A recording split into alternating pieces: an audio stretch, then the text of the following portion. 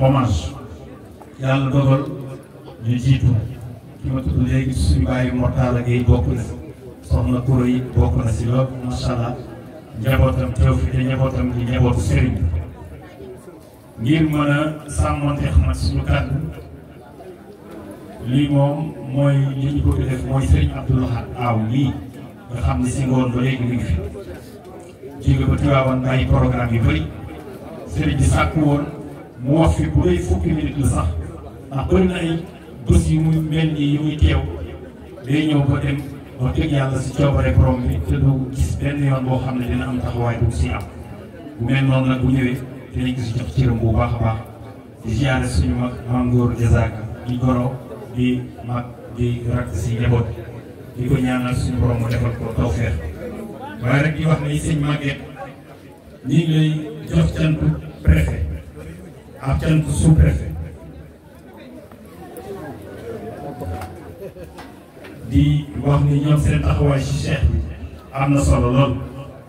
ndax mbooleem service étatique yi nga xam ne ñoo nekk Tëngéej am nañ taxawaay bu am solo si bés bi li ko dalee ONAS SONES Senelec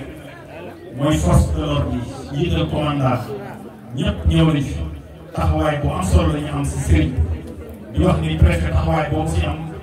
kenn ki nga xam ne moom moo si liggéey bu remarquable mooy le sous-préfet ñu ngi koy ñaanal yàlla defal ko jàmm defal ko tawfeex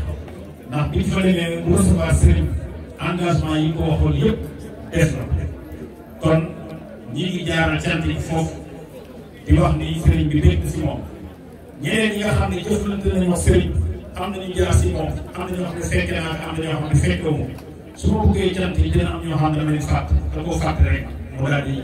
def koy waar kon loolu su ci tolloo sëriñ bi dina sant gërëm ñi nga xamante ne ñoom ñëpp jëflante nañu ak ñoom di sant bu baax jëwriñ Mamadou Gueye ndax suñu taxaw fii ñu yëg ci kàddu moom cër bi suñu bàyyee kàddu gi nag bu ñu yëkkati kàddu dafa wàcce ko te duñ ko sant gërëm ko ñaanal suñu borom mu defal ko tawfeex di ziar seen jabel ak seen njaga sàmm ñoom ay communicateur traditionnel waaye ki nga xam ne moom mën nañ ko sant suñu sant bopp mooy may sa sàmm borom Kajoor tiir Maysa nit ku baax nit la koo xam ne taxawaay bi mu am si Cheikh Maysa am ko si waa Tëngéej kenn ku si nekk gis na léeg-léeg sax da nga daan gis nit ñi di def influenceurs yi di ñëw si programme ñu naan programme bi dafa yàqu waaye moom yàqalul kenn Maysa sonalul kenn Maysa ñaanul kenn lépp lu muy def da koy def li wëcc ilaahi daal di taali di Serigne Babacar Sy waaye nag am cofeel bu baax si waa kër Serigne Touba Xaadimu Rasuul ñu ngi koy ñaanal yàlla yàlla defal ko jàmm di ziare Pape Kayre di rakk si Serigne di koo xam ne liggéey bu am solo la liggéey si bés bi tax lu bëree bëri jàppali ba tax Serigne bi ne mu fenn lépp jàppal si moom loolu moom moo ko liggéey di ñaanal suñu xarit di rakk si Serigne bi muy Serigne Mar Thiam confection yi ngeen di si carte yi yu si ëpp moom moo ko def ko ak yi maam Cheikh Ibra mu ngi toog si ginnaaw sëriñ bi incha allah boo accès si ñoom dina leen sant baax dina leen gërëm. kon Cheikh la damaa xaw a gàllankoor ak waxtu bi kon ñu bàyyi la rek a barkeelu comme ni ñu ko waxee woon incha allah.